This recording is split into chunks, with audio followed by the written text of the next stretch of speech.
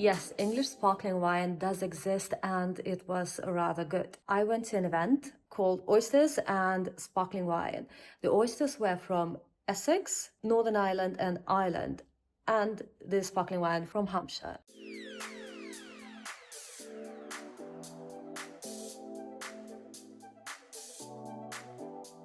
It took place at a members club, and members clubs, it's a kind of beast. It's a marketing beast, especially in London. They have been springing up.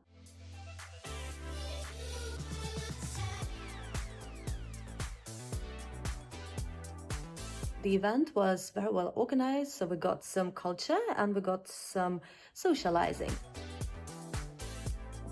It's interesting that oysters used to be considered as a poor man's food, and their reputation changed so much. I don't know if you like oysters. I know they're not for everyone, but if you do you eat them with a sauce or without?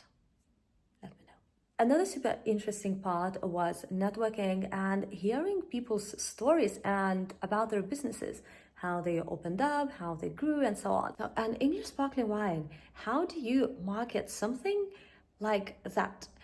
As we all know, we usually associate good wines with France, Italy, Spain, Argentina, and so on. So English or German wine does not always seem as glamorous in other wines. Although I do love German wine, especially after visiting Germany and their wine region.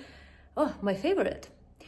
So how do you market that? Well, there are a few ways, but I feel like we're at the point in our society where we want to discover new things, not necessarily the stereotypical things, but actually something new, something we didn't consider before.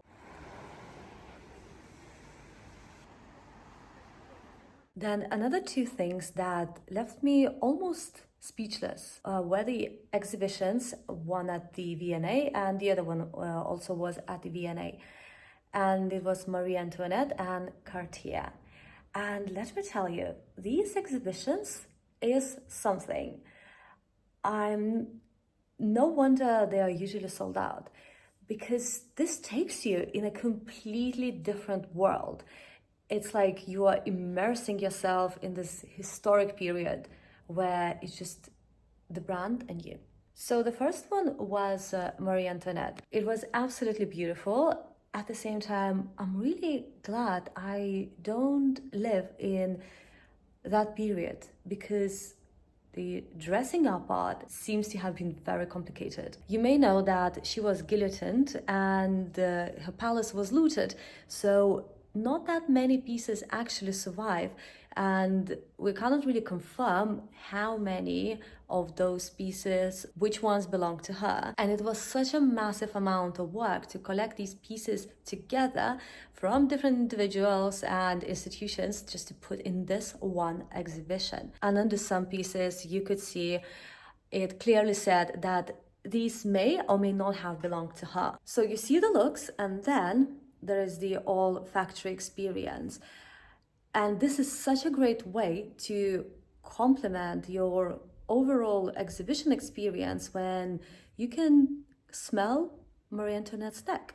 The 2-3 smells were actually good. The third one, so-so, but the fourth smelled absolutely horrible. And apparently it was inspired by the smell of the cell where she spent her last days. And then it wasn't just her belongings, but also things inspired by her. So you could see Dior collections or Manolo Blahnik, all inspired by Marie Antoinette.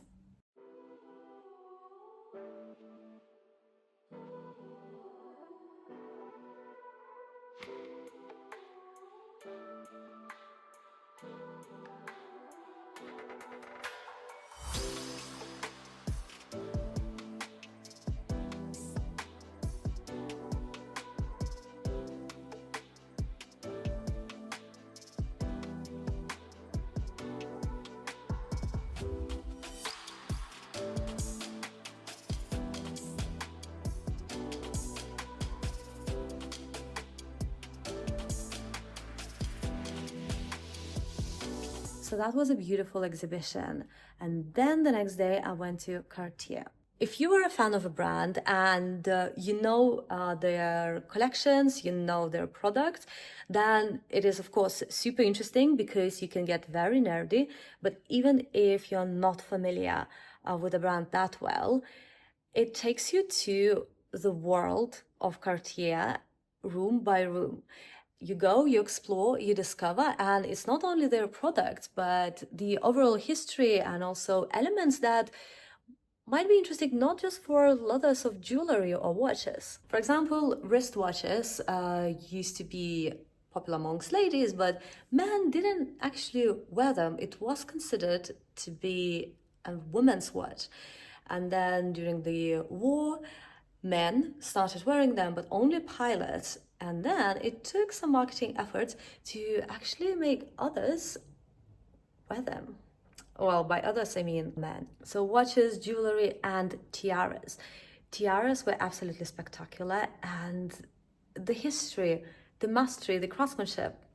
I'm curious, when it comes to products, do you choose something that you attached because of their history or because of a personal history with brands? So, for example, would you like to have a Cartier watch just because you know their history or because of something else? Or would you rather not have Cartier because you associate it with something particular that maybe does not align with your personality, with your identity?